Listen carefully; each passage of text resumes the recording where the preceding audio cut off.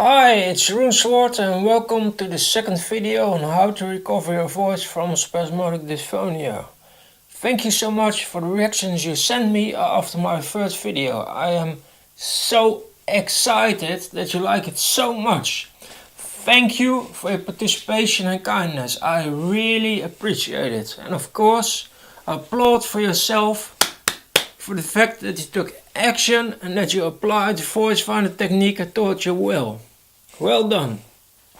In my last video I taught you that there's a way out of this, that you can recover your voice or at least improve it.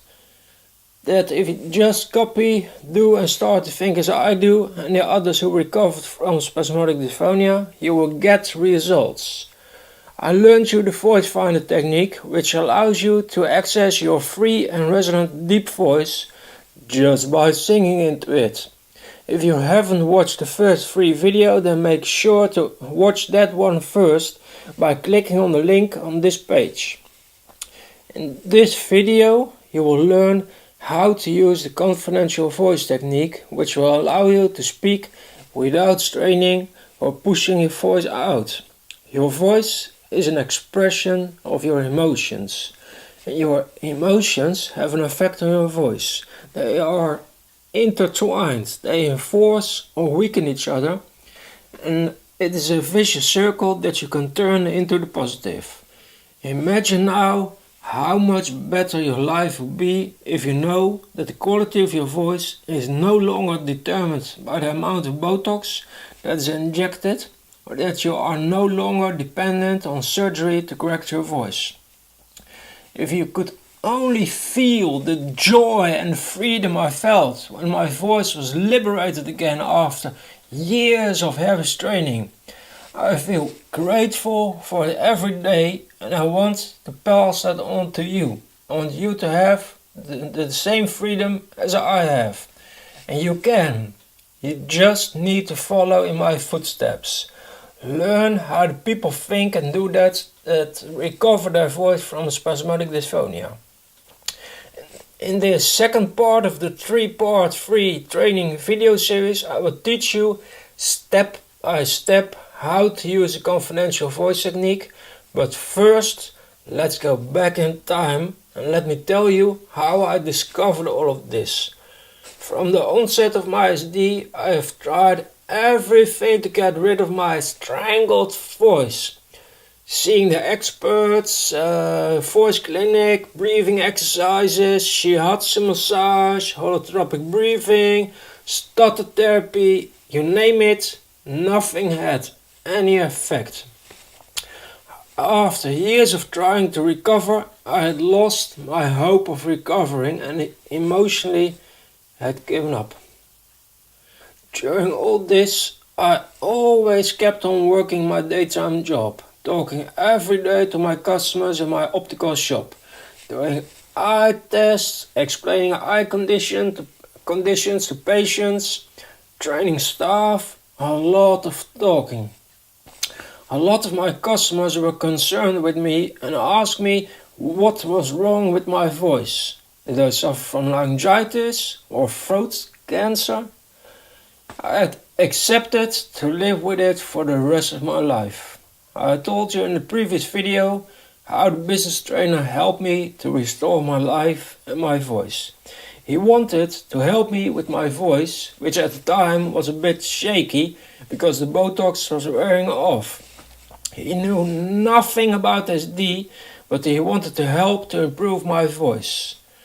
The fact that he knew nothing about SD, like that it was supposed to be incurable, was a good thing, and I didn't tell him because I was curious and open-minded to see what he would come up with. The people who know or think they know everything about SD, like the doctors, they will not help you because they think that it is useless to try anything. Well, this business trainer learned me 2 simple voice exercises, the voice finder technique and the confidential voice technique. I started to use them, and after a couple of months, when my third Botox shots were wearing off and I was planning on going back for new Botox, my voice started to get better and better and better and better. My voice became practically normal. It was a miracle. I couldn't believe it for months. I then decided that I wanted to pass this miracle on to others, and I started writing my book. Free Your Voice, the Spasmodic Dysphonia Recovery System, which is a bestseller on Amazon. I started to research the topic of SD, watching lectures, reading books from the greatest professors on the topics of stress and its effects on the body, workings of brain function and sleep, voice therapy and neuroplasticity.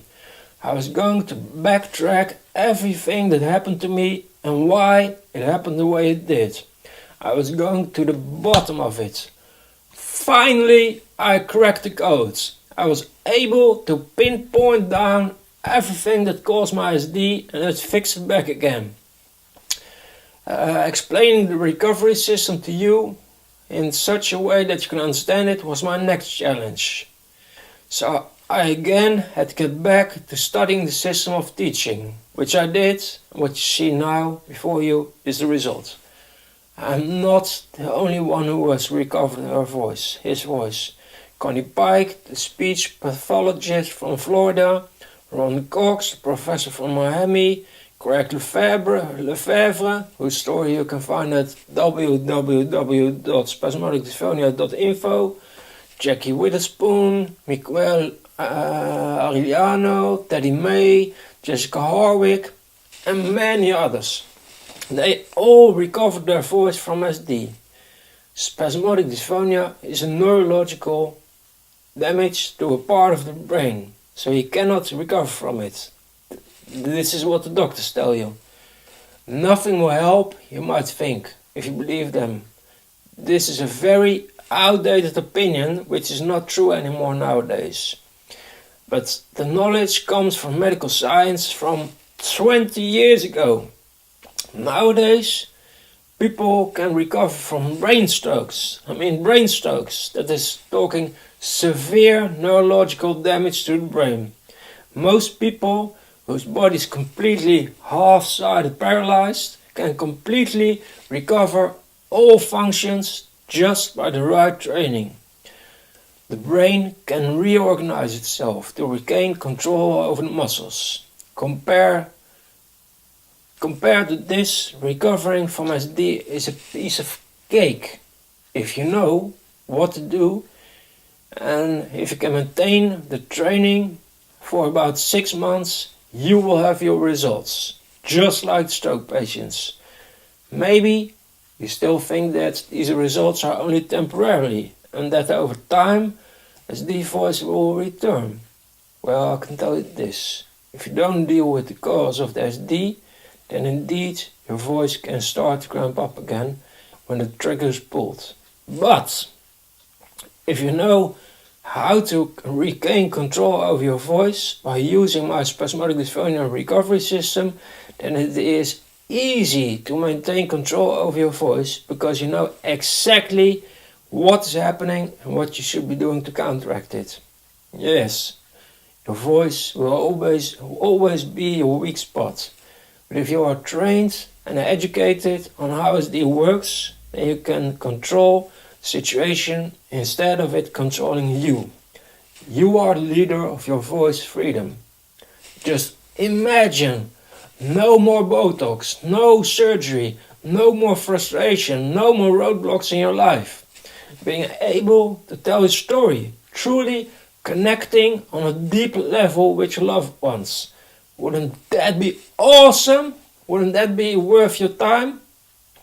Now, let's get to business. The technique for today, the confidential voice technique. What is it about? What is the confidential voice and how will it help you to restore your voice?